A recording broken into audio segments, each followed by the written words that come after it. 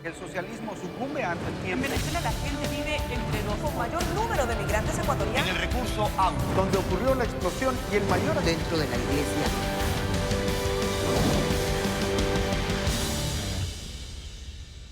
Amigos, bienvenidos. En agosto de 2018, un bus repleto de hinchas de Barcelona se accidentó en una carretera de la provincia de Azuay. 12 personas murieron y 30 más quedaron gravemente heridas. Un año después, las víctimas siguen luchando contra las secuelas que les dejó el accidente, mientras esperan que la justicia haga algo por señalar y castigar a los responsables. María Cecilia Largacha nos cuenta esta trágica historia de celebración y tragedia.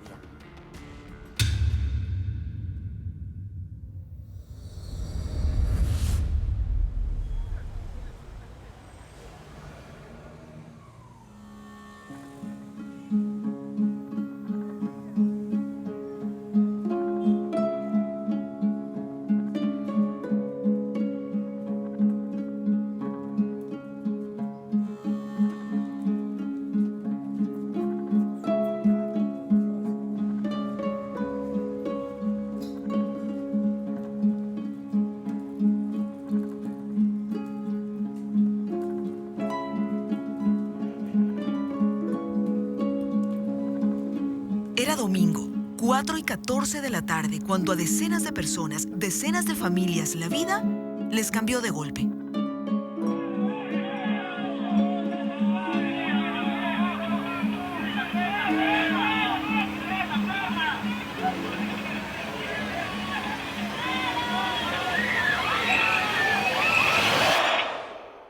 Me dio la sensación como cuando me revuelca una ola. Sí.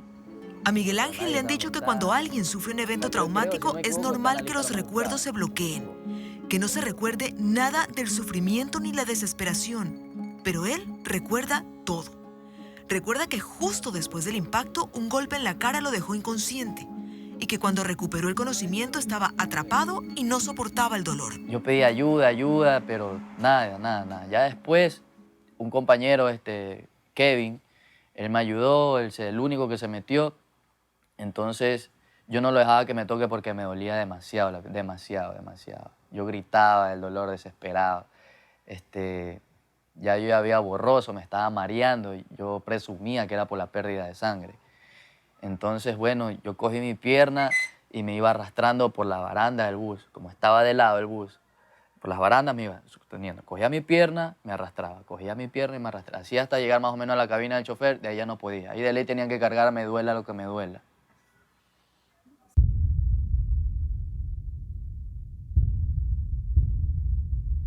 Lo que narra ocurrió el 12 de agosto del 2018 en la carretera entre Cuenca y Guayaquil, cuando él y un numeroso grupo de hinchas del Barcelona regresaba a casa después de haber acompañado a su equipo en un partido que se disputó en la capital azuaya. En el accidente murieron 12 personas y otras 30 quedaron heridas. Algunos lograron recuperarse, otros, como Miguel Ángel, están aprendiendo a vivir con las secuelas y también están quienes tuvieron consecuencias tan graves que nunca van a recuperar la vida que tenían antes.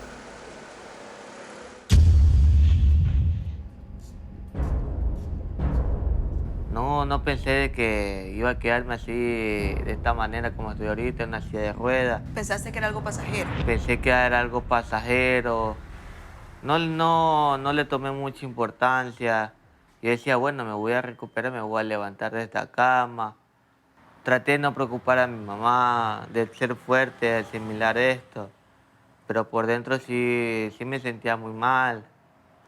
Porque nunca pensé esto en la vida, que me iba a suceder estar en una silla de ruedas, ¿no? Fercho, como le gusta que lo llamen, se destrozó la columna vertebral y quedó cuadraplégico. Este era él antes del accidente, un joven de 24 años, sano, que dividía su tiempo entre el trabajo y la pasión por el fútbol. Este es Fercho hoy. Con las terapias ha recuperado algo del movimiento de los brazos, pero la verdad es que necesita ayuda para todo. Su única compañía es su madre, quien sobrevive y paga los gastos médicos vendiendo jugos de naranja en la calle. Cuando ocurrió el accidente, esta familia y el resto de perjudicados estaba demasiado dolida para pensar en pelear judicialmente o exigir alguna indemnización. La Fiscalía de Cuenca tomó el caso de oficio y comenzó las investigaciones inmediatamente.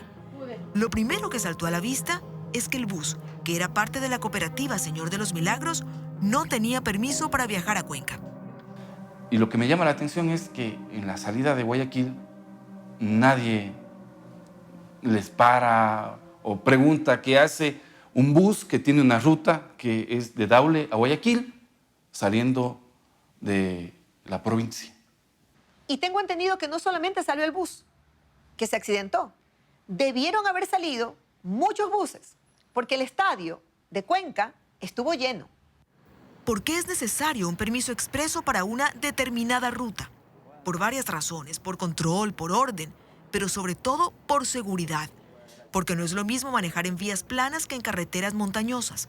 De hecho, fue justamente eso, la inexperiencia, lo que causó la tragedia. El conductor utilizaba mucho el freno. Al utilizar mucho el freno, se vienen a cristalizar los tambores, no pueden ya frenar. El vehículo se desboca, y se desboca justamente en una bajada muy pronunciada y que luego se tenía que ingresar a una curva bastante estrecha.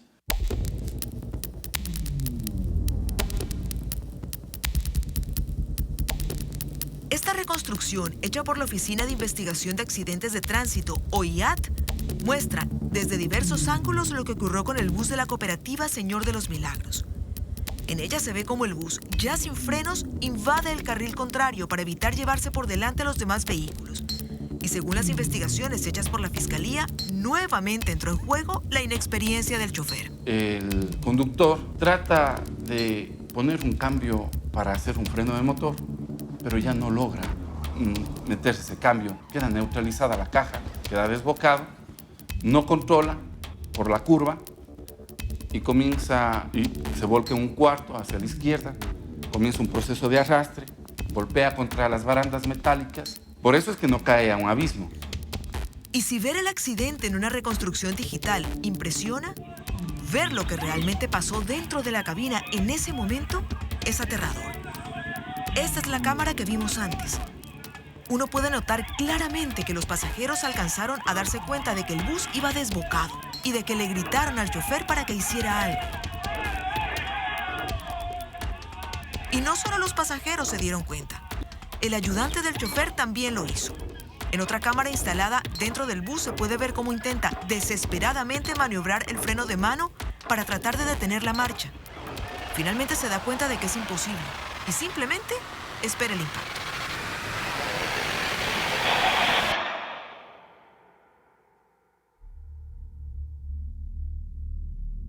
Lamentablemente en estos casos, cuando el chofer del bus queda vivo, se da la fuga. Eso pasó. Eso pasó.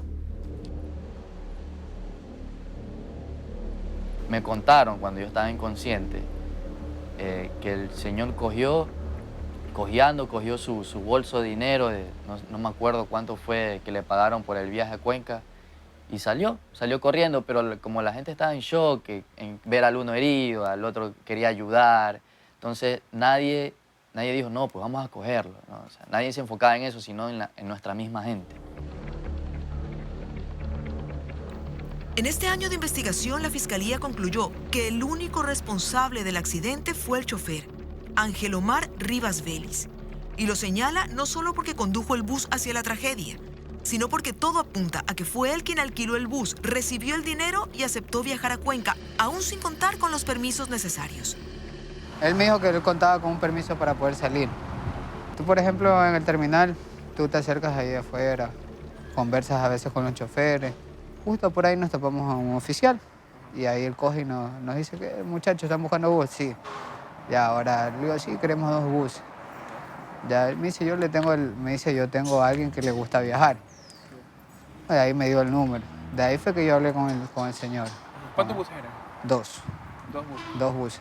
Que fue el que se accidentó y el bus, el otro bus. 650 por cada bus. 650. Ajá, 650 por cada bus.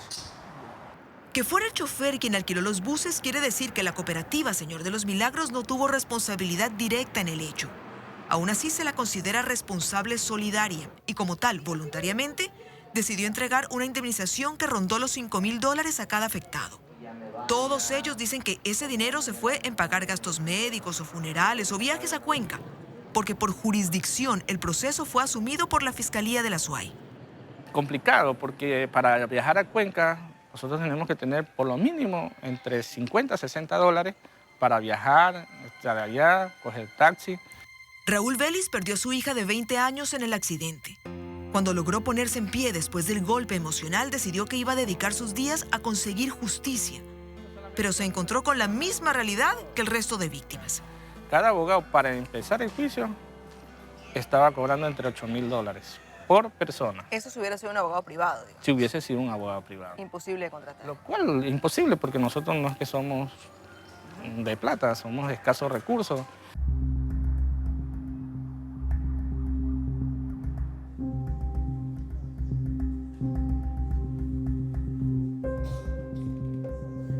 Por eso les fueron asignados defensores de oficio, además de que la Fundación Corazones en el Cielo decidió ayudarlos activamente con el caso. Con los hechos tan claros, con las grabaciones, con las declaraciones, pensaron que todo sería sencillo, que habría una orden de captura pronto, que el juicio iba a instalarse en pocos meses. Pero casi un año después, el caso seguía en investigaciones. Desde Cuenca pedían a sus colegas en Daule que citaran al chofer, y esas diligencias se cumplían tarde, mal o nunca. Ahí existió un problema en tiempos, ¿no? No llegaban a hacer las notificaciones, no nos respondían de manera ágil con las notificaciones y se tuvo que solicitar por varias ocasiones la diligencia de audiencia de formulación de cargos. Han ido a dejar la citación, la han dejado por debajo de la puerta, lo cual yo pienso que no es lo lógico, ¿no? Yo tengo mi criterio sobre lo que ha pasado ahí. Ya, ahí en Daule todo el mundo se conoce y ellos están tratando de que este juicio no se dé. El fiscal dice que no, que hubo también otras causas que hicieron que tardara casi un año en las investigaciones. Cosas como que tuvo que revisar 12 autopsias, 30 historias clínicas, reunir decenas de versiones, etc. El hecho es que la orden de prisión para el chofer del bus se dictó el 9 de julio del 2019, 3 días antes de que el accidente cumpliera 11 meses. ¿Y ustedes ya le pidieron a Migración los datos para saber si él está dentro o fuera del país? Efectivamente, solicité a Migración a saber si este ciudadano se encontraba o no. Y él, a los pocos días del accidente de tránsito, ha salido por la frontera sur hacia el Perú. ¿Cómo se le dice entonces a un padre que no hay justicia por la muerte de su hija? ¿O a una madre que nadie se hace responsable por la desgracia de su hijo? ¿O a un país que sus instituciones no logran entregar las respuestas que las víctimas esperan? Porque no es solo el hecho de que quien está acusado de matar a 12 personas y herir a otras 30 está prófugo, sino que en algún lugar están las autoridades, los vigilantes, los policías, que debieron parar a este bus en la carretera, que debieron revisar su documentación y no lo hicieron. Peor aún, que sí lo hicieron, pero sin la rigurosidad necesaria. Claro, en Cuenca nos paró, pero la policía. ¿Ya? ¿Qué pasó? No, o sea, la pequeña requisa que hacen, ¿me entiendes? A los integrantes que van en el viaje, pero ahí nada más. Tras el accidente, las historias de las víctimas se resumen en una palabra: desesperación. En el caso de Fercho y su madre, por ejemplo, él, antes del accidente, había pedido un préstamo para comprar una máquina procesadora de embutidos, trabajarla y ayudar así a solventar los gastos de su casa. Las cosas iban bien, para que gracias a Dios sí, él le resultó los embutidos y aparte vendía jugo, entonces lo que él ganaba me daba, toma mami, guarda para que pague la máquina. Alcanzó a pagar algunas letras de esa máquina, pero entonces ocurrió el accidente. Yo no pagué porque no tenía cómo pagar. Entonces yo le dije que ahorita mi hijo está así de discapacitado, que me comprendan. Ellos dicen que sí, que no le podemos comprender porque ya esa plata ya tiene usted que pagar, no sé cómo va a pagar, pero usted tiene que pagar. ¿Más historias? Hay de sobra. 42 en total. 30 de quienes resultaron heridos y 12 más de las familias que perdieron a un ser querido en ese 12 de agosto. Familias como la de Doña Luz, cuya hija murió y dejó 3 niños huérfanos. a los que ahora Luz mantiene con su negocio de venta de ropa usada en un mercado de Guayaquil. La niña ya está en el colegio, son a veces hasta en la semana, son 10, 15 dólares que se gastan en cosas que tiene que hacer. No me alcanza, niña. También está Miguel Ángel, que necesita mínimo $7,000 para pagar una prótesis, o don Raúl, que quisiera poder viajar siempre a Cuenca para ser testigo de primera mano de lo que pasa con el proceso judicial. Ese 12 de agosto, el bus había partido de un lugar céntrico en Guayaquil, en donde los hinchas se habían reunido en la madrugada para alcanzar a llegar a Cuenca a la hora del partido. Realmente era un viaje más, una rutina que se había repetido 1000 veces antes y que se sigue repitiendo. Estas imágenes, captadas tanto por el ECU 911 como por el sistema de ojos de águila, por ejemplo, muestran lo que ocurrió hace apenas unos pocos días, el 21 de julio, cuando Barcelona jugaba de visitante en Ambato. La grabación corresponde a los alrededores del Estadio Monumental a las 5:30 de la mañana. Se puede ver a los hinchas agolpados afuera del estadio esperando al bus que los llevará hasta Tungurahua para ver jugar al equipo. En los buses que llegan a recogerlos se lee Trunza, una cooperativa que normalmente funciona en la península de Santa Elena. No hubo ninguna autoridad, ni de la policía, ni de tránsito para comprobar si estos buses, autorizados para circular en la costa, contaban con el permiso para transitar en carreteras de la sierra. Pidan el permiso de circulación al señor que conduce, porque de alguna manera se dan cuenta de que hay un control detrás de ellos, que esté en buen estado y que en el peor de los casos la cooperativa sea responsable. Apenas lo necesario, dice, para evitar que, una vez más, lo que comienza como una celebración termine convertido en tragedia.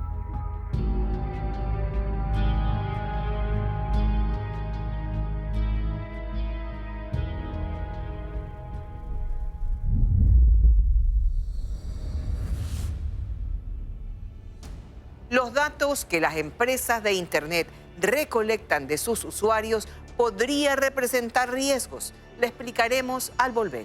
Esto es Ecoavisa y su Visión 360, sexta temporada.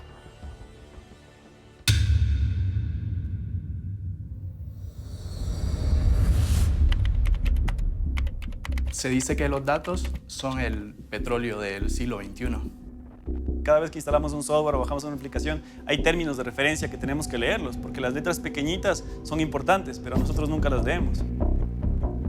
Cuando algo es gratis, es porque tú eres el producto.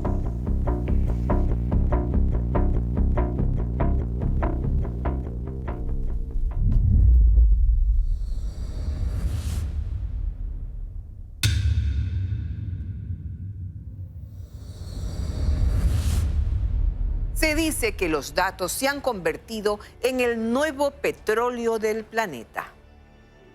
Las grandes empresas de Internet obtienen enormes riquezas gracias al uso que hacen con nuestra información.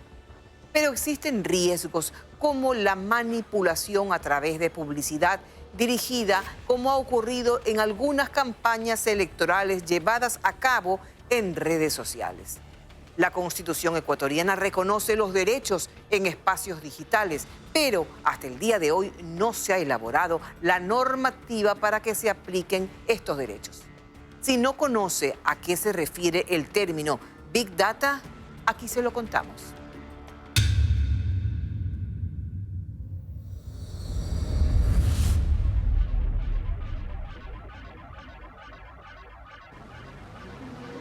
Con el inicio de la era digital y el surgimiento de las grandes empresas tecnológicas como Google o Facebook, la conducta de las personas ha tenido un giro irreversible. La actividad humana que se realiza en línea es cada vez mayor. Desde que nos levantamos hasta que nos acostamos, estamos interactuando en Internet. Gran parte de nuestras acciones y experiencias de vida se realizan en este espacio digital. En otras palabras, estamos digitalizando nuestra realidad.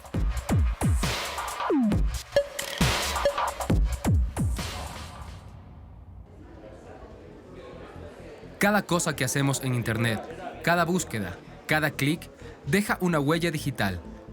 Un registro que es almacenado por las empresas que nos brindan los servicios. Estamos hablando de millones de usuarios en todo el mundo que generan diariamente cantidades inimaginables de información. Aquí estamos entrando en el terreno del Big Data, un término que se refiere a estas enormes cantidades de datos, a cómo las grandes compañías registran, almacenan y transforman esta información en dinero. ¿Es posible que la información que generamos esté cambiando el modo de hacer negocios en todo el mundo? Cualidades como la creatividad y la intuición de los empresarios pueden ser reemplazados por datos e inteligencia artificial.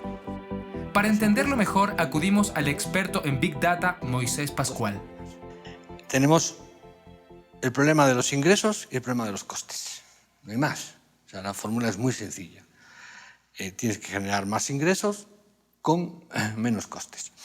Eso ya no lo puedes conseguir con intuición. Yo intuyo que esto va a pasar, yo intuyo que este producto lo voy a vender, yo intuyo que voy a reducir los costes. Al final es intuición y eso se sustituye por análisis avanzados basados en data. Imaginemos que vamos a un mercado tradicional y las personas que ofrecen los productos saben exactamente lo que buscamos. Sin preguntarnos, nos ofrecen justo lo que queremos comprar.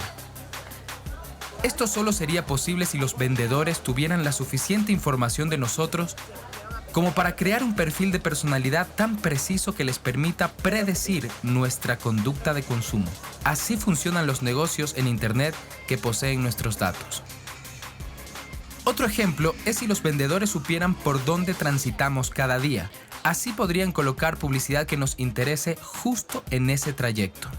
En una cadena, que no voy a decir el nombre, nos llaman y nos dicen, oye, mira, en esta tienda no estoy vendiendo. Entonces, claro, vimos que los flujos poblacionales eran mínimos, 1, 2, el perfil no era el adecuado para el tipo de producto y de negocio que esta empresa vendía, ¿no? Y además, la publicidad estaba mal colocada. Entonces le dijimos, oye, mira, tienes que mover el negocio 3-4 cuadras, ¿ok? Tienes que cambiar la publicidad, tienes que darle un giro, aquí no lo está viendo nadie.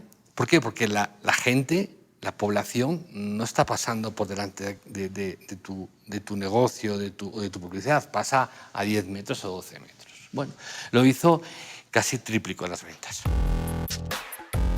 La precisión con la que trabajan los algoritmos es sorprendente. No solo pueden hacer que una empresa mejore su crecimiento, sino que pueden proporcionar información tan concreta para la creación de nuevos servicios, minimizando el factor de riesgo.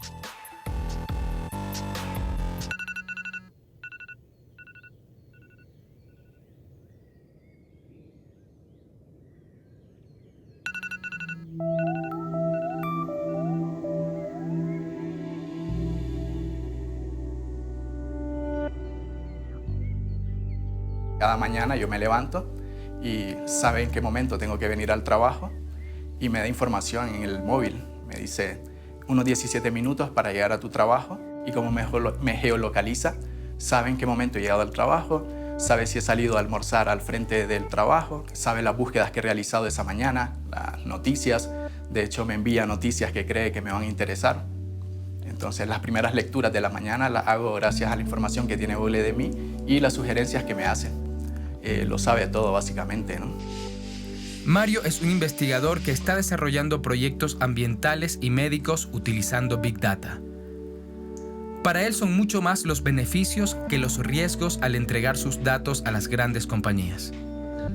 Estamos generando una gran cantidad de datos variados, desde las fotos que subimos a Instagram, además la geolocalización. Estamos también entregando nuestros movimientos, ¿no? Cómo nos movilizamos en la ciudad, en las redes sociales, nuestras búsquedas también. Cada vez que hacemos una búsqueda en Internet, todo esto queda registrado.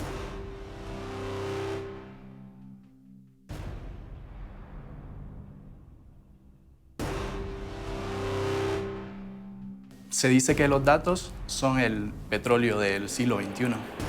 Entonces, ¿quién va a hacer uso de esta información? El que sea capaz de procesarla. No todas las empresas van a ser capaces de hacerlo, no todos los países, de hecho, van a ser capaces de hacerlo. Entonces, aquí es donde entran temas éticos como la democratización del Big Data. ¿Quién va a ser capaz de hacer uso de la información que hay en los datos? Yo me siento cómodo. De hecho, El escándalo de Facebook de que entregó datos de usuarios de 50 millones de personas a una empresa de analítica para que hicieran campañas dirigidas en las elecciones de Estados Unidos, por ejemplo. El mal mayor, más allá de compartir datos privados, es el temor que puede haber en la gente de compartir estos datos a partir de este escándalo. En particular, yo no tengo temor porque creo que mi día a día se beneficia si Google sabe toda esta información de mí. Mr. Zuckerberg, would you be comfortable sharing with us the name of the hotel you stayed in last night?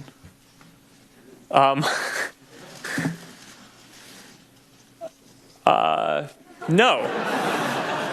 En 2018, la consultora Cambridge Analytica utilizó sin autorización los datos de más de 50 millones de usuarios de Facebook para influenciar a los votantes en favor de la candidatura de Donald Trump.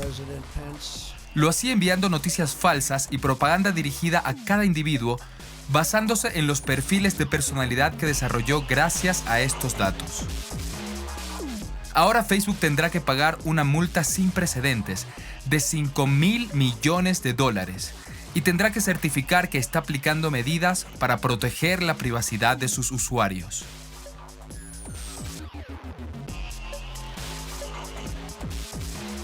Al igual que Facebook, existen otras miles de aplicaciones que nos brindan sus servicios de manera gratuita.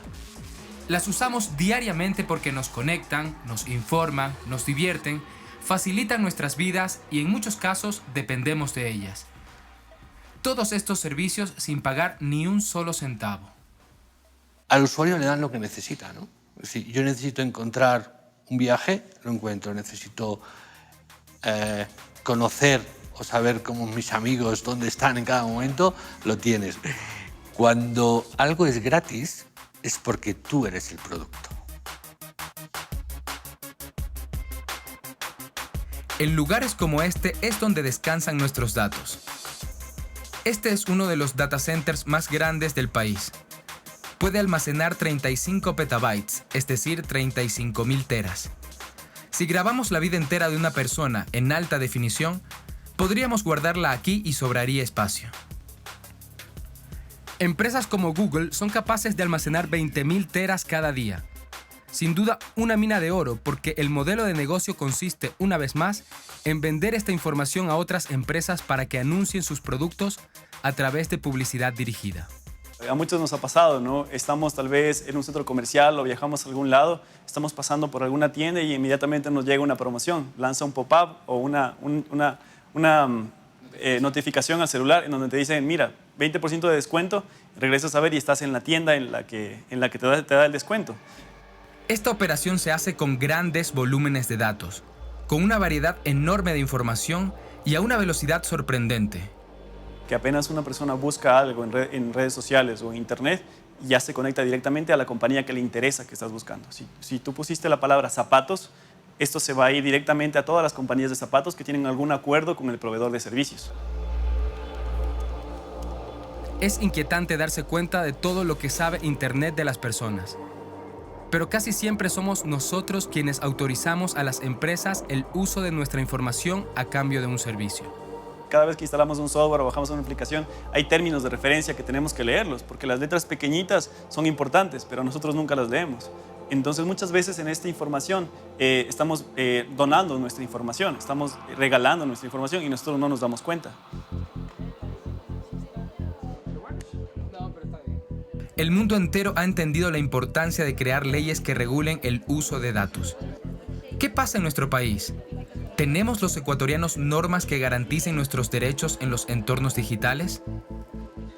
Desde el año 2008, en la Constitución de Montecristi, donde se reconoció este derecho, no se ha podido, pese a los esfuerzos que han habido 3 intentos fallidos, no se ha logrado dictar una ley de protección de datos para el Ecuador.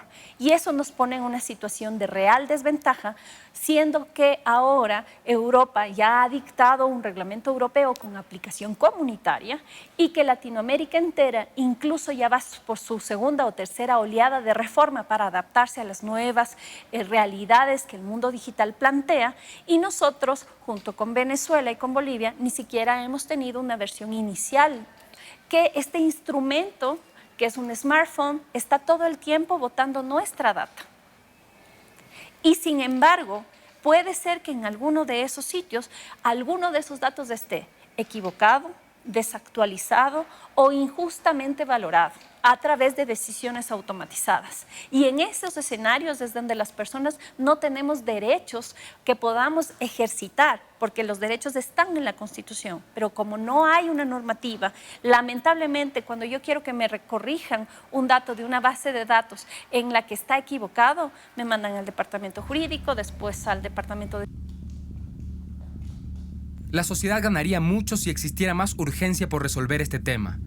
Es muy común en este país que ciertas empresas obtengan nuestros datos sin consentimiento, para vendernos un seguro, viajes o tarjetas de crédito que no solicitamos.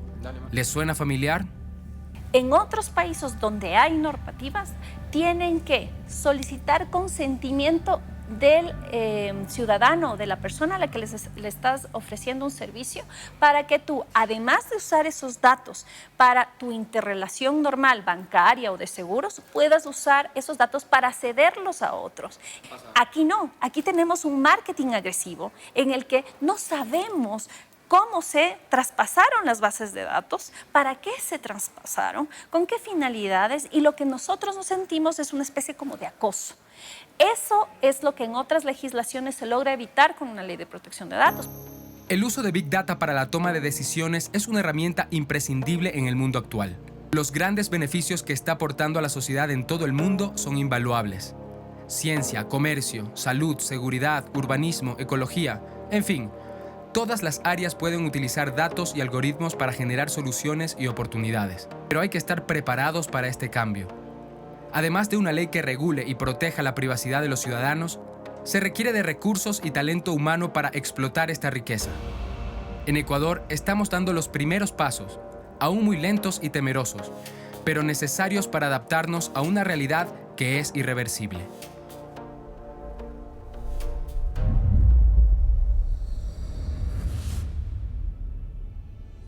Al volver, vamos a los campos de la costa ecuatoriana para redescubrir su tradición oral.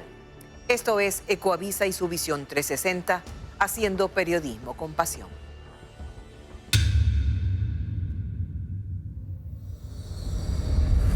La montubia le dijo al cholo que era muy niño para enamorar. El cholito muy astuto la empieza a piropear. Le dice un amor fino, manao a la final. La montubia no se deja y que se levanta a contestar. Sin andar con mucha vuelta, esta coge y se va. El cholito reacciona a la tepa al bongo. Ella no aguanta más. Le dice claro y directo: señores, Visión 360 va a continuar.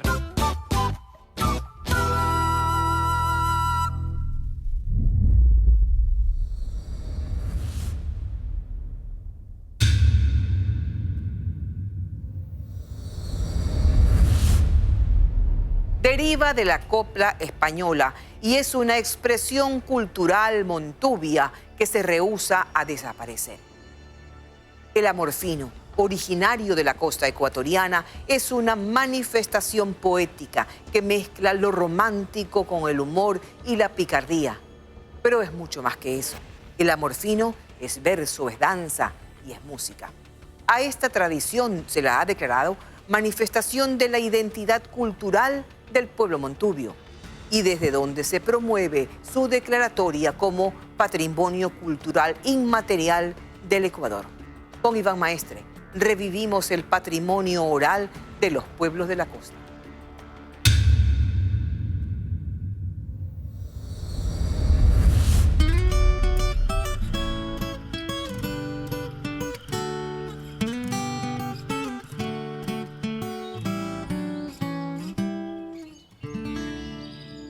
Ingresar al campo, sin importar el punto geográfico en el que estemos, es la puerta de entrada a muchos cambios. Es la particularidad de trasladarnos en el tiempo. El paisaje es otro, el aire que respiras se percibe diferente. Y lo más fascinante, está lleno de manifestaciones que creíamos desaparecidas.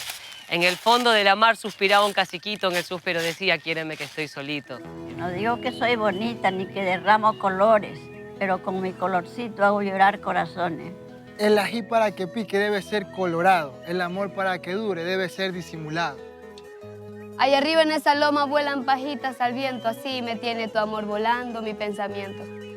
ramita de palo santo. Los llaman amorfinos y aún están presentes. Algunos dicen que solo culto, algo cubiertos nada más, pero que se niegan a desaparecer. Y entonces uno le decía, vea, cuando yo la veo pasar parece que voy con ella, se me hace cerquita el cielo y bajita las estrellas. Es parte inmaterial de la cultura de los pueblos montubios de la costa ecuatoriana. Guayas, Los Ríos, El Oro, Esmeraldas, Santa Elena y Manabí son provincias que cultivaron por décadas este género poético que mezcla el amor, la picardía y el humor como expresión cultural transmitida por generaciones y heredada de los españoles cuando llegaron a colonizar el continente. Deriva de la copla española. O sea, la copla se regó por América y fue diversificándose y adaptándose a la realidad de cada lugar al que... Adquiriendo varios pulsos, varias musicalidades, porque la definición de copla española es versos de 4 líneas, octasílabos que se cantan. Entonces en América se cantan, mira, hay cuántos ritmos que son octasílabos. Hay porros, cumbias, hay salsa y acá hay amorfinos. En una parte de Colombia también. Una parte del Perú hay amorfinos también, pero ahí los tocan así arpegiados, de otra manera. En el caso que nos ocupa a nosotros, esto es un género musical alegre, muy parecido más a la guaracha cubana. Y aparte es una danza y es verso y poesía popular, ¿no?, que se hace en contrapunto. Raimundo Zambrano es seguramente el más reconocido exponente dentro y fuera de Ecuador de aquellas manifestaciones culturales que lo vinculan a su tierra.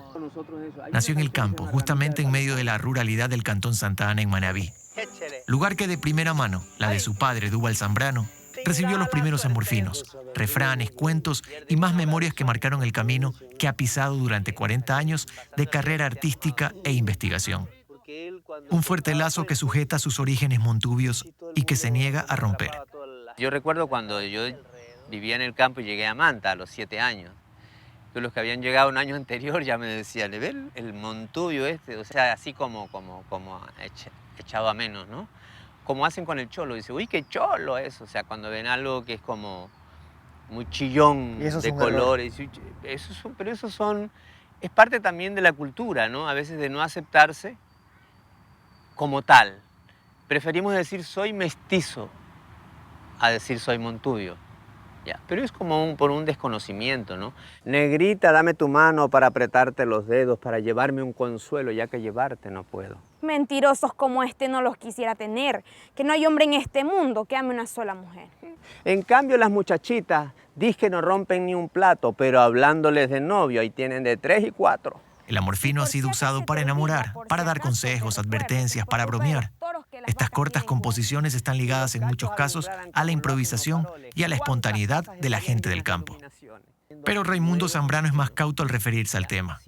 Sus investigaciones señalan claramente que existe una estructura y métricas que deben ser consideradas. Lo que se nos pierde por ahí la pista es del nombre de amorfino, porque la definición es copla. Y aparte hay 3 maneras de rimarla, que eso es una cuestión universal, ¿no? Y ya por eso toman otro nombre, copla, cuarteta o redondilla. Depende de y la un estructura. amorfino puede estar compuesto de esas 3 maneras. De esas 3 maneras. Y hay 3 canciones de amorfinos que son como El baile del sombrerito, que aparte es un juego de rueda también, El compadre gallinazo, donde también se improvisa verso, y La iguana. Con esas 3 vertientes se toca el amorfino en nuestra tierra. La investigadora Ángela Ceballo fue parte de una generación que tuvo muy presente el amorfino y otras manifestaciones culturales en medio de lo habitual. En las casas, los padres y los abuelos traían esa magia consigo. Y era muy usual o muy natural que la gente en nuestro entorno te diga un amorfino, te cuente un cuento, incluso te cuente...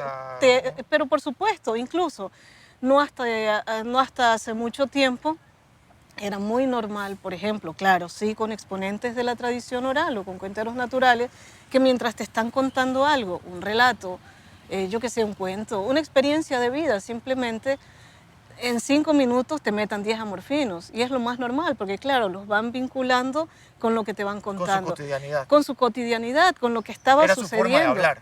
Pero es que, por supuesto, O sea, era una expresión que estaba súper presente en la vida de todos. Y te decía Ella nos habla en pasado porque obviamente hay quienes aseguran que el amorfino ha desaparecido. Probablemente no en su totalidad. Hay provincias como en Manabí, donde existen iniciativas para mantenerlo vigente. Pero lo que sí es seguro es que cada vez son menos los lugares y provincias costeras donde aún es usual encontrar a Morfino y a sus cultores. Quisiera ser pajarito y levantarte en las mañanas cantándote un amorfino cerquita de tu ventana. Es una copla de amor. La historiadora guayaquileña Jenny Estrada habla de las causas. La migración del campo a la ciudad por falta de oportunidades, entre otros factores. El montubio migró y posteriormente en la penetración de los medios masivos de comunicación, la radio, que ha sido compañera del montubio durante tanto tiempo, hizo que fuera mestizando otra vez su cultura y fueran penetrando elementos que no le eran propios. Ya no cantaba a lo montubio y ahora imitaba a lo que la radio le transmitía, ¿no? Entonces, hay factores que han incidido en esta desaparición de elementos de la cultura. Ya el montubio no se viste de la misma manera. Los políticos, en lugar de llevarle refuerzos para su propia cultura, le llevaron la camiseta y la gorra del partido y dejaron el sombrero de mocora. Entonces ya no lo vemos en los campos con sombrero, ahora lo vemos con gorra. 2010, sí, el activista cultural y músico Carlos Wellington coincide con Jenny Estrada. El montubio como tal empieza a querer y a considerar que evolucionar es tener una mejor casa. Y evolucionar y transmitir sus saberes ancestrales, dejarlo solamente para la abuelita. Y eso lo comienza a desplazar poco a poco. Sustituye la música por el rock. Le da más énfasis al pasillo, por ser más romántico. A los vals traídos de Perú, los valses, y sobre todo a ciertos ritmos latinoamericanos como la cumbia. Esto también aportó... Esto pasó en el campo. Esto pasó en el campo y se replicó en la ciudad. En la ciudad fue más grave porque teníamos el rock and roll de los años 60 y teníamos influencias de música británica, europea. Y además ya había medios de comunicación. Y sobre todo que había los discos, cassettes, había medios de reproducción. El abuelo era el televisor de la casa y luego el televisor desbancó al abuelo, ¿no? Entonces, claro, era el televisor de la casa pues el que contaba. Entonces todo el mundo se reunía alrededor de él, ¿cierto? Entonces, claro, antes el único que repetía era él o eran los mayores. Entonces surgen otros intereses también, que son nuevas tecnologías, por supuesto, la misma posibilidad de migrar del campo a la ciudad. Entonces, claro, surgen intereses que ya no tienen que ver directamente con ese vínculo tan cercano que había antes dentro de las familias. Pero hablemos de los orígenes. Investigaciones hechas en Manabí, donde se han planteado promover la declaratoria de Patrimonio Inmaterial del Ecuador a esta manifestación cultural de la identidad montubia, registran fechas que sirven de aval a su propuesta. Y ya tenemos nosotros vestigios de la presencia del amorfino en el año de 1712, donde se dice que en una fiesta montubia estaba el amorfino, es decir, ya está el nombre registrado. Y a partir de eso tenemos otros registros y uno muy en especial y que nosotros lo valoramos es el registro de 1925, donde se registran partituras de amorfino, donde se registra danza, la forma de danzar el amorfino. Y por esa razón en la investigación nosotros vemos que el amorfino no solamente es un género, sino que son varios géneros. La música, la danza, el amorfino como canción, y el amorfino como verso. El género musical del amorfino es tal vez el registro más antiguo de esta expresión cultural. De acuerdo a los investigadores, son al menos 2 siglos en los que ha estado presente. Raimundo Zambrano explica que existe una estrecha relación con las fiestas religiosas que eran parte importante de la ruralidad y que aún están presentes, aunque en menor cantidad, en esas mismas zonas. El amorfino se da dentro de muchas fiestas, incluso de una fiesta religiosa, de la fiesta de Chigualo, ¿no? No hay un Chigualo donde no haya amorfinos también.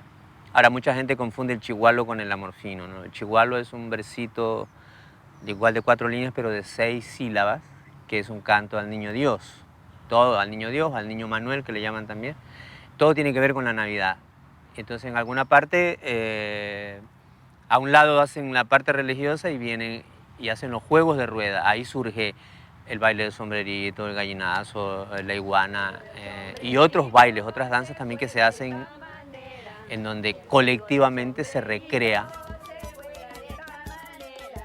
Libertad Regalado afirma que la fiesta del Chigualo, que inicia el 25 de diciembre y culmina el 2 de febrero, va generando ese ambiente, donde nacen los versos, sobre todo los que se usaban para enamorar. Se convierte en un proceso de enamoramiento y de esa forma el amor fino se convierte en un contrapunto, en un dime y direte, que es lo que hace feliz al campesino. Quisiera ser pajarito con patitas de algodón para sentarme en tu pecho y arrancarte el corazón. Si el pecho fuera de cristal se vieran los corazones, no hubieran falsas caricias ni me jugaras traiciones. Semejante no va a traicionar. Este tipo de verso y esta musicalidad se origina justamente en la parte religiosa manabita, donde aprovechaban los hombres cortejar a las mujeres y así de irse desarrollando una relación que luego evolucionaba a cartas y luego el romance como tal. Me gustaron desde muy niño. En el Cantón Bolívar encontramos a Eumeni Álava, Estaba en la escuela. un personaje reconocido en la provincia de Manabí por sus esfuerzos para mantener viva la memoria montuvia y sus tradiciones. Tiene una historia que está directamente vinculada al amor fino. Sus padres se conocieron asistiendo a los chigualos y de ahí nació el amor, producto de los versos. Y en el chigualo primero se le canta al niño Dios y después se pide permiso con un verso a la dueña de casa para jugar. Eso es los juegos de rueda, entre los cuales está el baile del sombrerito, que es uno de los más conocidos. Pero hay muchos otros, cubo, el baile del gallinazo, etcétera, etcétera. Y en una de esas, el baile del sombrerito, que dice el baile del sombrerito se baila de esta manera, dando la media vuelta y dando la vuelta entera, con el sombrero en la mano, poniéndoselo a cualquiera. El hombre se lo pone a la dama y la dama al caballero. Entonces, como sabían que mi papá la andaba persiguiendo, carreteando, como dije a mi mamá, le dice un verso, ya cuando le toca. ¿Y qué le dijo? Entonces le dice, clavelito colorado, clavelito carmesí, ni por sueño había pensado que mi amor estaba aquí.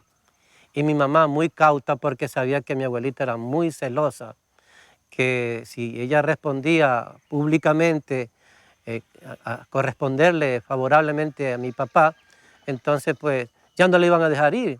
Y entonces le dijo, silencio, pide silencio para remediar mis males, que en momentos como este, el silencio es lo que vale.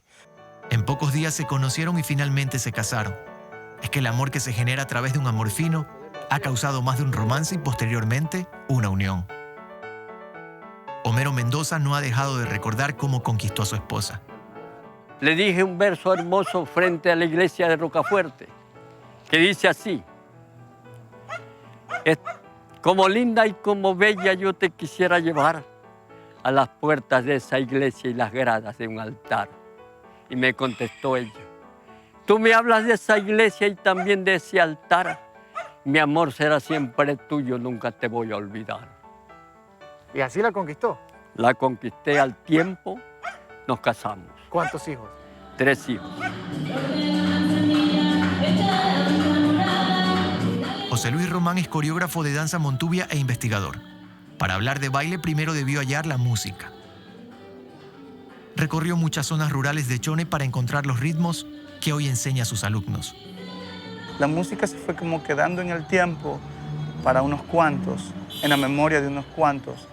Y luego grupos o personas que vinieron a Chone para investigar, como Guido Garay, por ejemplo. Y de acá encuentra la iguana, por decir, que ya Manuel Jesús Álvarez la había redescubierto en la década pasada, en el siglo pasado, en la década del 20. Entonces, estaba, solamente que estaba como dormida.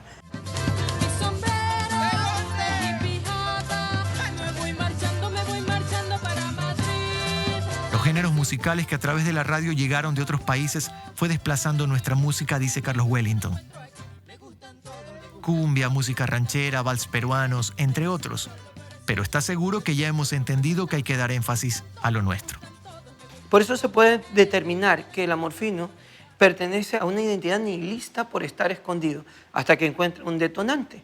Los detonantes justamente son los esfuerzos de Guido Garay del 80 para arriba. Y ahorita, pues que estamos en esta modernidad, que la gente busca cómo rescatar, o sería más bien como revalorizar lo que está escondido, lo que está dormido.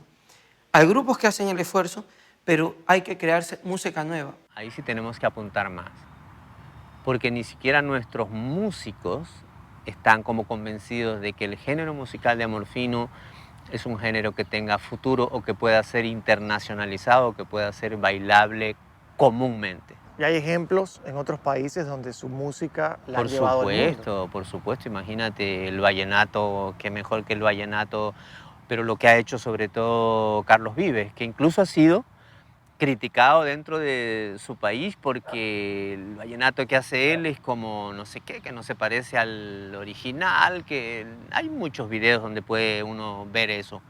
Pero él ha mantenido, yo creo que gracias a él se internacionalizó el vallenato. Y yo creo que nosotros podemos hacer algo parecido con el Amorfino cuando nuestras cantantes, nuestros cantantes se decidan a cantar nuestra música. El pasado mes de junio, Manaví se organizó un evento en Manta con la intención de promover la declaratoria de patrimonio al Amorfino. Aquí se contó con invitados como Michael Cedeño y Daniel Betancourt, cantantes ecuatorianos que interpretaron canciones de Amorfinos junto a grupos de danza y música de Manaví. Y Manaví tiene una suerte de tener grupos artísticos, culturales, donde tenemos CDs con música de Amorfinos. Está Manchecaña, por ejemplo, ha difundido ya varias canciones de Amorfino. Está Los Mentados de la Manigua, con quienes se hace Amorfino, se danza y se canta Amorfino. Está Alas de Colibrí, que hace bailes montubios, pero con el Amorfino como danza. Y no solamente Alas de Colibrí, está Prema, está Ceiba Danza, está Spondylus, o sea, hay varios grupos de ballet folclórico que tienen al Amorfino danza como parte de su género. José Cedeño Guzmán es un compositor manavita que tiene una trayectoria de más de 25 años en la música y ha producido 6 discos. Empezó tocando canciones extranjeras hasta que el vínculo con sus raíces montuvias lo ha llevado a valorar las canciones de su tierra. ¿Por qué el pasillo de pronto se estancó? Porque no evolucionó, porque el hecho de ser en acordes menores lo hizo un poco más triste. Entonces, ¿dónde evoluciona, dónde se quedan, dónde se generan los grandes impactos musicales? Es justamente en la alegría. La música urbana por eso tiene ese impacto. Estudiaron mucho, han estudiado mucho, aunque no lo crean, que parezca un lenguaje sencillo que cualquiera lo puede hacer. No, detrás de eso hay genios que vieron cómo sonaba un semáforo, cómo sonaba una calle, y eso hizo que evolucionara el género que ellos tienen en la actualidad y por eso pega. Toda esa consecuencia viene a ser positiva, porque ahora yo también reclamo, sí, yo empecé con el rock o con la trova o haciendo baladas o cantando otra cosa, pero hoy reclamo un espacio en la música y lo digo, sabes que estoy aquí, me reconozco, soy manavita, me gusta el Amorfino, me gusta la música, la buena música también tiene que ver con lo que somos como manavitas.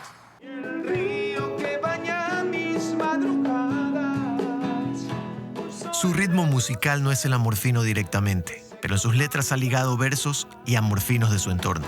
Manos que te abrazan al llegar con Amorfino. Ha compuesto también para los personajes que se dedicaron a llevar el amorfino lejos de sus fronteras. Cuánto poco años tenía el que coge Uno de ellos, Dumas Mora, considerado un emblema de la tradición oral montuvia y que falleció en 2018.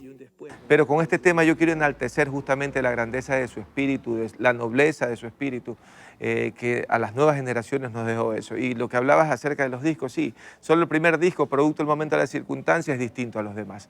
Del segundo en adelante, todos son discos que tienen que ver con la identidad, con lo que somos, que llevan amorfinos, que llevan, en sus letras llevan lo que es la ruralidad nuestra, lo que es en este caso lo que somos como manavitas. Mora tenía 88 años el día que murió y era conocido como el poeta del Carrizal en referencia a un río que atraviesa el Cantón Bolívar. Se dice que al menos 10.000 amorfinos fueron pronunciados por él durante sus 70 años de actividad, sin haber terminado ni la escuela.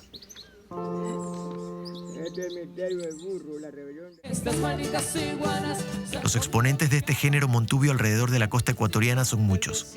Manabí registra la mayor cantidad porque durante 25 años ininterrumpidos se han realizado festivales de tradición oral que reúnen muchos de estos personajes. Carlos V Cedeño y Gloria Leyton recuerdan cómo inició. Justamente en este lugar se realizó el primer encuentro. Se llama Sitio El Tigre, parte de la zona rural de Puerto Viejo. Precisamente era traer gente que dijera versos, amorfinos, chihualos, que contara historias, que contara leyendas, que contara cuentos. También un poco hablar sobre cuáles eran las costumbres de antes, el uso de la leña, del fogón, la ropa, cómo se planchaba, bueno, todas esas cosas que tenían que ver con la cotidianidad de las personas. Con un verso se ha de picar, ay, ay, ay. Tengo por nombre Bartolo, Canto Largo es mi apellido, mi padre quiso un varón y mi madre su... Actualmente estos dos actores, a través de sus personajes Bartolo y Juana, que es como visten ahora, llevan su show de amorfinos dentro y fuera de Ecuador. Me puse las enaguas. No lo tomo como agravio, pues hacen falta razones, veremos quién va más alto, si la falda o los pantalones. Si la falda es de las damas y el pantalón de los machos, no te olvides que en la falda es que se crían los muchachos. No se trata de poner dos fuerzas en la balanza. Cuando más chúcar es la yegua, facilita se la mansa. Tal vez se amansen las yeguas porque les tapan la boca, pero en cambio a los berracos, ¡ay, la suerte que les toca! Esta no me la sabía responder. El amorfino tiene todos los elementos, los requisitos y los méritos para ser declarado patrimonio, porque está enraizado en nosotros. Por eso estamos pidiendo desde Manabí esta declaratoria. Yo creo que tenemos todo el derecho de hacerlo. Y además todavía hay gente viva, con algunos años encima, que puede con mucha originalidad. Tú fuiste testigo de tantos festivales de tradición oral, que es el único en el país, nunca se hizo. En ninguna otra parte se han hecho festivales de tradición oral. Nosotros hemos hecho desde hace 25 años, ininterrumpidamente. Y no solo ese, porque quedaron otros festivales, el que hace Antonio Pico en la Casa de los Abuelos, nosotros lo hacemos ya itinerante. Hay otro festival Afro Montubio, donde también se hace, aparte de se invita gente de Esmeraldas y también se hace amorfinos básicamente, ¿no? Y en cada escuela hay una profesora que sabe, hay niños y niñas que saben amorfinos. O en cada casa también, En ¿no? cada casa. La abuelita, la mamá tal vez escuchó a su madre. Siempre, siempre. El amorfino está presente en nosotros y yo creo que esa vigencia es la que le da la posibilidad y la pertinencia para ser declarado como tal. Y que tengamos nuevos cultores del amorfino, así como el Dumas Mora, que lamentablemente falleció, como don Duval Zambrano, otro de los ejemplos de amorfineros en Manabí. Mujeres amorfineras. Manabí ha sido una cantera de gente que ha hecho parte de este culto. Tenemos incluso instrumentos musicales exclusivamente para el amorfino. La caja tambora, por ejemplo, es un instrumento que Andrés Macías lo creó. O el quinto montubio, que lo creó Schubert Ganchoso. Es decir, en instrumentos también hemos estado trabajando mucho instrumentalmente para la música del amorfino. Un verso le llega a hacer lo que no le hace una bala. Con 4 amorfinos más, si es que no cae, se resbala. Tal vez te diga que sí con esos 4 amorfinos, pero si es que nos casamos por la iglesia y con padrino. Raimundo Zambrano y casi todos los entrevistados en este reportaje coinciden claramente en algo. Hablan de vigencia y sobre todo de la trascendencia que tiene el amorfino hacia las nuevas generaciones. Son optimistas y aseguran que al menos por ahora no hay posibilidades para que desaparezca. Tú dices que no me quieres, tus ojos dicen que sí. Si tú a mí no me quisieras, no preguntarías por mí.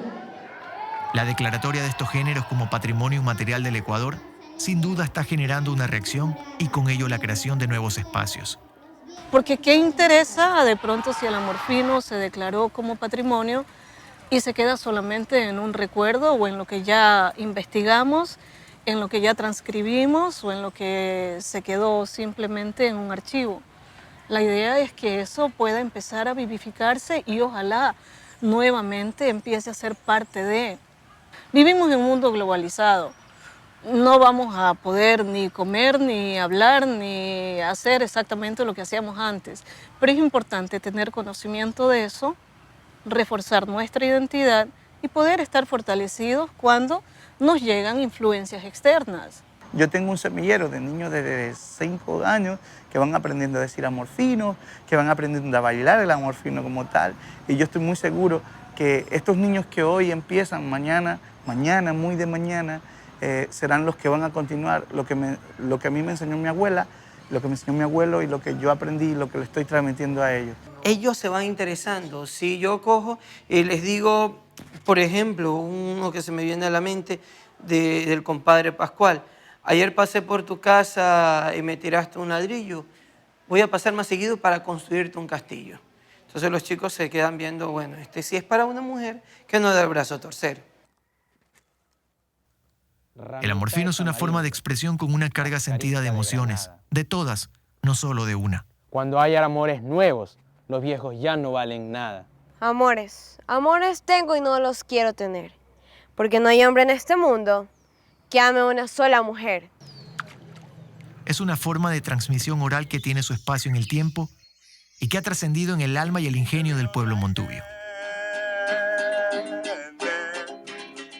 que va con ellos sin importar dónde se encuentren. Bailando caracoles por las orillas del mar. Los que ya no están dejaron un legado imborrable. A la vuelta con su patita. Porque el amorfino se baila, se canta y enamora. Así se vive la vida en el campo a toda hora. Calabaza que le han dado, calabaza le han de dar. Yo tenía un amorcito que siempre se me cambiaba y yo siempre se lo decía, que jamás lo olvidaría. Siga con nosotros, esto es Visión 360, haciendo periodismo desde todos los ángulos posibles.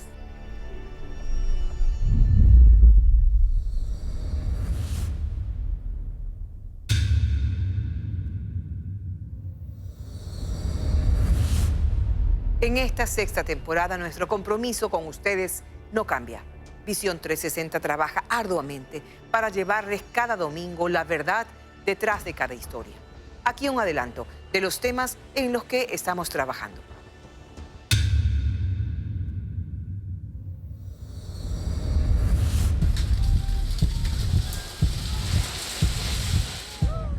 El Ecuador es un país de constante riesgo.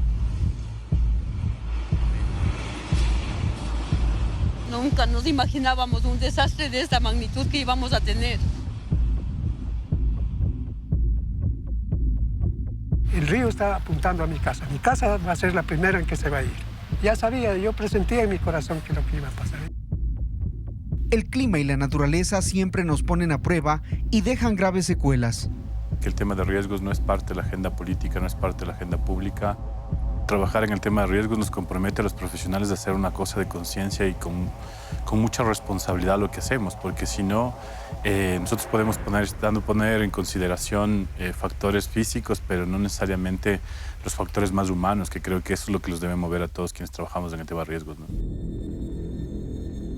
Los pocos recursos que existen no se administran con prioridad. Lastimosamente, las personas que actualmente dirigen esta institución y su cuerpo de asesores no tienen ningún conocimiento en el tema y esto genera riesgos para el país. Cuando llegué, encontré o recibí de herencia varios problemas por motivos de la emergencia del terremoto, por compras que se hicieron bajo esa circunstancia y que recién estamos pudiendo solucionar para poder pagar. Muertos, desaparecidos, damnificados reclaman con justicia atención y reparaciones porque están expuestos a los riesgos sin respuesta.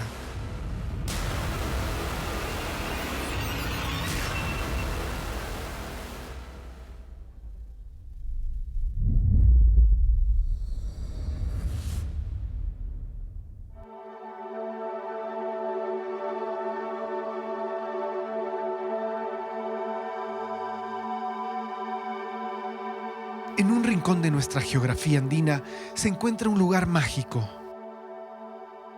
Un lugar para observar a quienes viven escondidos. Un lugar para conocer a unos animales míticos. La gente que ha venido ha dicho que esto es oro en polvo, que esto vale muchísimo, que es muy interesante, que se debería cuidar, que se debería proteger, que se debería tomar acciones inmediatas de las autoridades, que qué espero. El oso andino, u oso de anteojos, es una de las especies más esquivas y difíciles de observar en la naturaleza. Danilo descubrió un santuario, un pedazo de tierra donde los osos juegan, se reproducen y se dejan estudiar con total tranquilidad. Y hice un registro de 2 nuevos osos. Con esos sellaríamos 30 ejemplares en el mirador. Es increíble, 30 ejemplares.